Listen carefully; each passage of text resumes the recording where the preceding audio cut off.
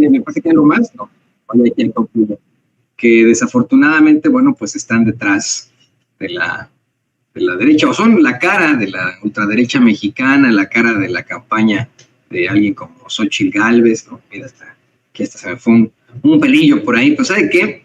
Es algo que estuvimos analizando aquí en Sin Censura con el queridísimo Ricardo Sevilla. ¿Cómo es que se hacen los grandes intelectuales, utilizan palabras domingueras,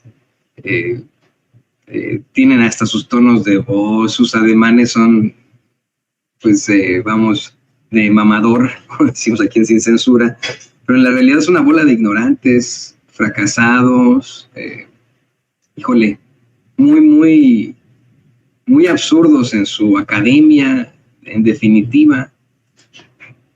Termina el presidente López Obrador cuestionando si se sabe con qué gobierno asesinaron a más periodistas y asegura que es con el gobierno de Felipe Calderón. Dice que lo van a demostrar, pero mire, si usted en estos momentos le pone en Google, en el buscador más solicitado del mundo, asesinatos de periodistas en el mundo, a pesar de que en estos momentos el peor país para ejercer el periodismo es, por ejemplo, bueno, la peor zona es la Franja de Gaza ante el genocidio al que se enfrentan a manos del Estado de Israel, en el que no respetan la vida ni de niños, niñas, de adultos mayores, de mujeres embarazadas, de trabajadores sociales, internacionales, de periodistas, de nadie, ¿no? Ahí matan a todo mundo.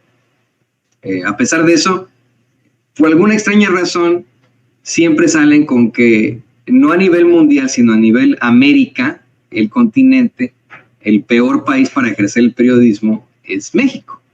Eso lo ponen siempre ahí como adyacente, a pesar de que uno lo que cuestiona, lo que busca en estos informes es a nivel mundial cuál es el peor país para ejercer el periodismo.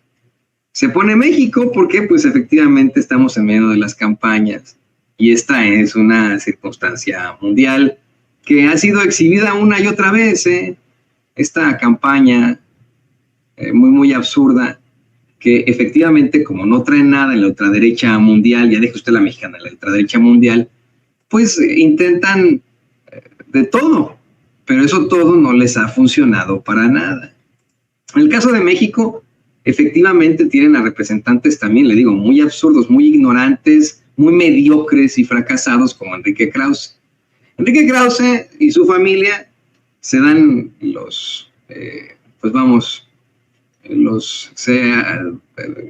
pretenden convencerlo a usted de que son los grandes intelectuales que el mundo necesita.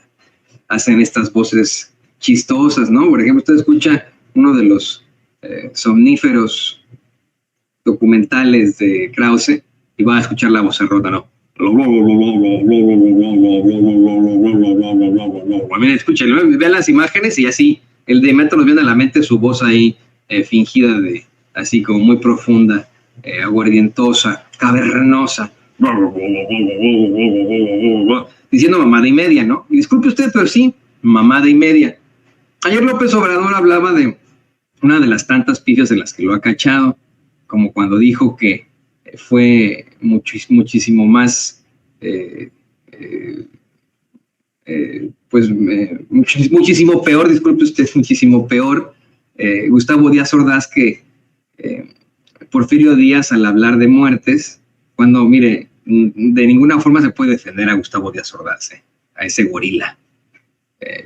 Pero, pues estamos hablando de un infame represor autoritario y, pues vamos, el artífice de masacres frente a un genocida que también fue Porfirio Díaz. Porfirio Díaz exterminó pues en comunidades enteras de pueblos originarios en el norte del país. En ese entonces, tanto el gobierno de Estados Unidos como el gobierno de México tenían sus guerras en contra de comunidades indígenas que eran guerras de exterminio. Además de que eliminaba a Porfirio Díaz a sus adversarios políticos, tenía esta pues circunstancia terrible en la que efectivamente incurre en el genocidio. También, mire, yo no soy fanático de ninguna forma de Venustiano Carranza, me parece que fue un fachito más que se aprovechó de la Revolución Mexicana, pero en mi opinión, los planteamientos que hace Enrique Krause sobre la muerte de Venustiano Carranza no tiene ningún tipo de fundamento histórico. O sea, ha llegado este cuate a decir que se suicidó, pero no, vamos, muere Carranza en una confrontación cuando lo madrugan y nunca queda claro si verdaderamente se suicida. Y me parece que este cuate lo da por hecho, ¿no? Entre tantas pifias en las que incurre, simple y sencillamente pensando que como es Enrique Krause, como soy Denise Dresser, ¿no? Así, como soy Denise Dresser, como soy Lorenzo Córdoba, como soy Enrique Krause, como soy Pedro Ferriz, así como todos estos con apellidos de alto pedorraje, me voy a salir con la mía y nadie me va a decir nada. Y ¡pum! Que llegan las redes sociales y empiezan a ser exhibidos por esos que sí saben, que sí los pueden enfrentar, que sí los pueden debatir, que sí los pueden exhibir como unos pinches ignorantes. Bueno, metí ahí a los Ferriz, pero imagínense, los Ferriz que ahora hasta hablan de brujería, utilizan conceptos medievales para tratar de convencerlo a usted, imagínense, en esta abyección absoluta de estos cuates. Pues sí, efectivamente, estamos hablando de un puro fracasado en la derecha mexicana que los ha conducido a esto, a lo que se enfrentan. No es que estemos aquí con alguna intención de que resurja la derecha o el conservadurismo en México, ni somos consultores ni nos pagan por eso, ¿no? O sea, así que lo hemos dejado muy, muy claro, ni nos paga el gobierno, ni nos paga una entidad política, no tendríamos por qué estar dándole consejos a estos infames, pero mire, por supuesto que es necesaria una oposición en México. Tendría que ser una oposición responsable con argumentos e inteligente. Y eso no existe. No existe en México. Tan no existe que pusieron a alguien como Xóchitl Gálvez de candidata. A una señora a la que le encanta la payasada, sumamente ignorante. La ignorancia andante que presume según ella ser ingeniera, que ofendiendo precisamente a los pueblos originarios, usa lo que acá en Estados Unidos se conoce como apropiación de cultura, apropiándose de su cultura y diciendo que ella es indígena cuando pues nunca se le ha podido vincular a alguna comunidad, alguna nación, a algún grupo indígena, ni habla algún idioma indígena, ¿no? O sea, esa es la prueba. Y las ridiculeces en las que está incurriendo esa campaña una y otra vez, que los deja exhibidos. Pero, mire, en un principio esto resultaba en la pura burla. La burla desde la mañanera de López Obrador, cómo se carcajea de sus adversarios, la burla en sin censura en las redes sociales de las payasadas de Xóchitl Gálvez, etcétera. Hoy se ha convertido en algo completamente aterrador. Porque, efectivamente, así como menciona López Obrador al final de su campaña, como no traen nada, como no han podido, pues, dar nada, como no les ha funcionado nada, en medio de la desesperación ya le están apostando a la guerra sucia, pero sucia en serio, una circunstancia que incluye violencia.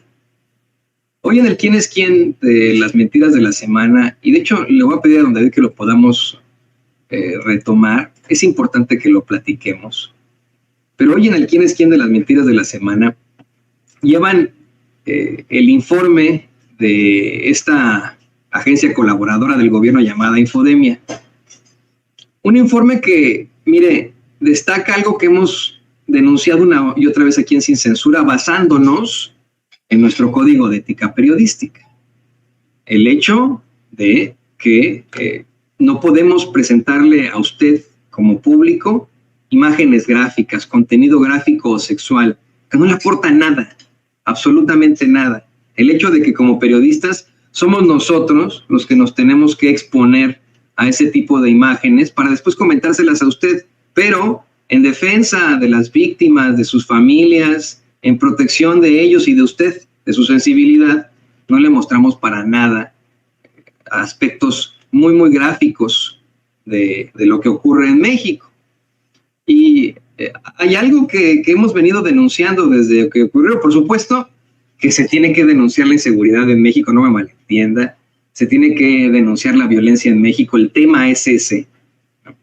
Pero es más que evidente que la tendencia hoy es a aterrorizarlo y aterrorizarla a usted, a que terminen estos noticiarios, termine usted de leer un periódico que no sirve, insisto, más que para ponérselo al perro, y termine con las manos temblando. Esté usted temeroso ante las elecciones que se vienen, porque no traen nada, no pueden competir con absolutamente nada. Por eso es que es importante que retomemos este informe que da en el quién es quién de las mentiras de la semana, Ana Elizabeth García Vilchis. No sé si lo tenga por ahí, don David, pero es el clip, si no me equivoco, 15, en el que Infodemia, bueno, pues habla de cómo es que medios y redes sociales buscan aterrorizar a la gente ante las elecciones. Se lo voy a poner muy, muy claro, ¿eh? Usted muchas veces me critica, a mí me cuestiona cuando tenemos que quitar la mañanera porque están poniendo música y me dicen, es que, Toño, yo le explico a usted que pues por las sanciones que nos imponen. Mire, YouTube es tan infame en sus sanciones a sin censura que simple y sencillamente por escribir en un encabezado o en una descripción de nuestros espacios la palabra asesinato, por ejemplo, nos sancionan ese video. Pero de ninguna forma sancionaron en YouTube, en Twitter, en Facebook, en Instagram, en todas estas redes sociales, estos videos espantosos que pasaron así claramente del linchamiento en Tasco. A ellos no los sancionaron. Permitieron estas compañías, estas corporaciones acá en Estados Unidos, que se difundiera ese contenido horroroso y sangriento. Y cuando uno, desde la independencia, intenta simple y sencillamente hablar de poner la palabra, poner una cancioncita, viene la censura gruesísima para que vea a lo que nos estamos enfrentando. Vamos a ver. Vamos a ir con el video de Infodemia sobre el manejo de los casos de violencia, cómo los medios de comunicación manejan este tipo de casos para maximizarlos y tratar de generar una percepción de violencia en nuestro país. Vamos a verlo.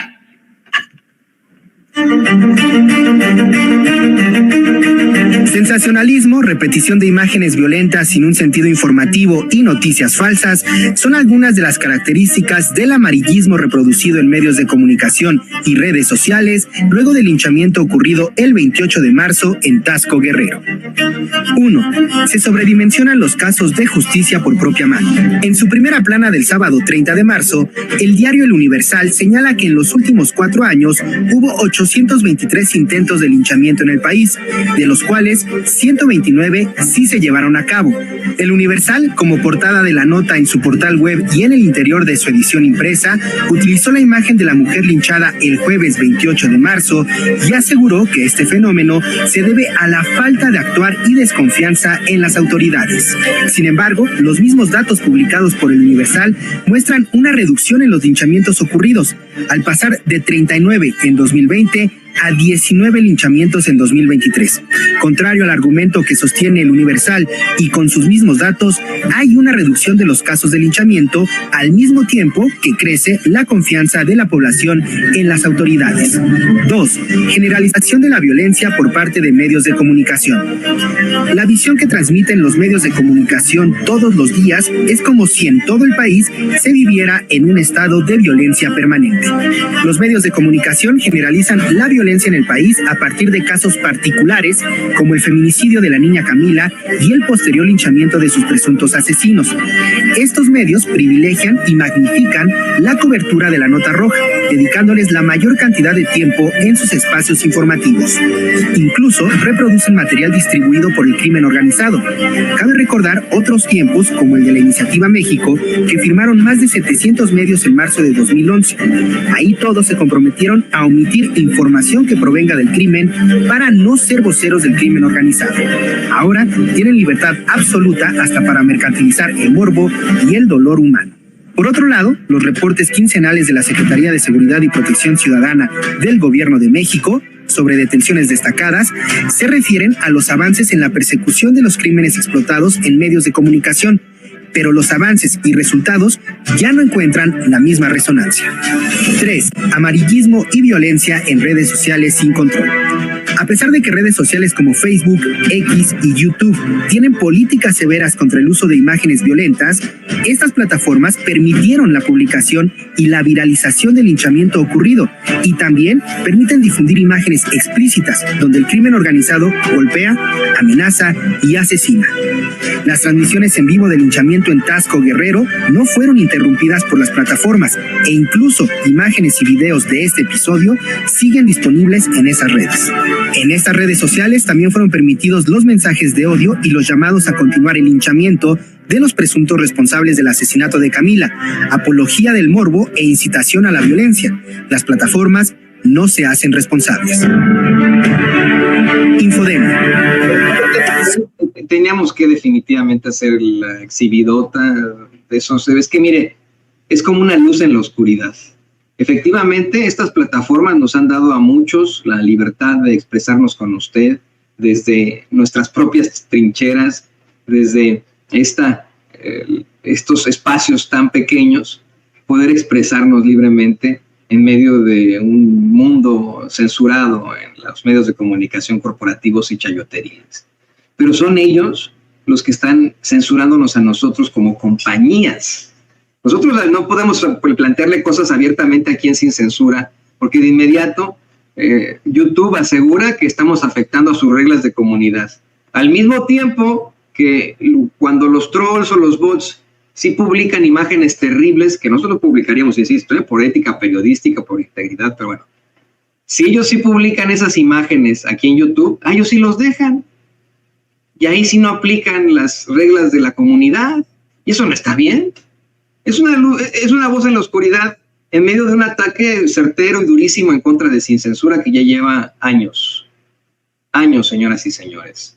Sin Censura durante mucho tiempo, y usted nos lo dice en las calles, que nos reconoce, platica con nosotros, usted nos sigue viendo, pero durante mucho tiempo marcaba muchísimo en cuanto a sus videos, en decenas de miles y a veces hasta cientos de miles en los videos. Hoy muy de vez en cuando ocurre eso, no le avisan a usted de las transmisiones, le cortan las transmisiones muchas veces de lo que está pasando con nosotros.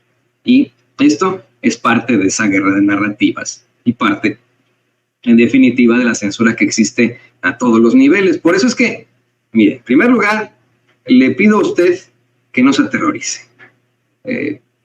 Este tipo de circunstancias, de hechos, sin querer normalizar ni hacer una apología al delito, desafortunadamente este tipo de hechos se vienen presentando desde hace muchos años. Por ejemplo, esa golpiza que le dan a transportistas de Acapulco, esos videos de tablazos y etcétera, vienen pasando desde que Felipe Calderón abrió las puertas del infierno para todos los mexicanos con su supuesta guerra que después se demostró era el narcogobierno de Genaro García Luna, a punto de recibir sentencia aquí en Estados Unidos.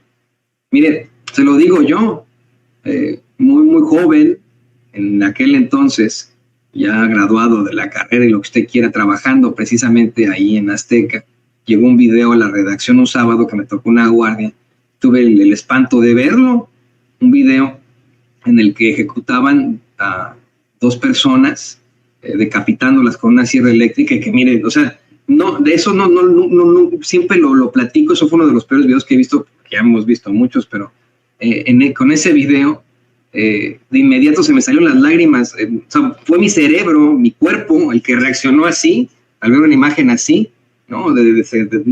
Sin control mío, se me salieron las lágrimas como ser humano. Con eso quiero decirle que esto viene ocurriendo desde aquel entonces, y al hablar de linchamientos, pues desafortunadamente ni se diga, ¿no? En la humanidad han sido registrados esos hechos una y otra vez, desafortunadamente, y se tiene que decir hasta el cansancio. Lo platicaba en aquella ocasión con nuestra compañera Candelaria López, una de nuestras periodistas en la redacción, que pues hasta está en la obra de Lope de Vega, Fuente Ovejuna, ¿no? En esa parte en la que dice, bueno, usted sabe la historia, ¿no? Pero la frase que utilizamos muchos es esa, ¿de quién mató al comendador? Fuente Ovejuna, señor. ¿Quién es Fuente Ovejuna? Todo el pueblo a una. Eso existe desde aquel entonces. Pero hoy le están intentando mostrar a usted esa violencia al extremo para que se descorazone, para que se mantenga aterrorizada, angustiado y angustiada frente a unas elecciones que ellos no pueden ganar. No pueden ganarlas con esa candidata. no la pueden ganar y están utilizando lo peor de lo peor para tratar de convencerlos.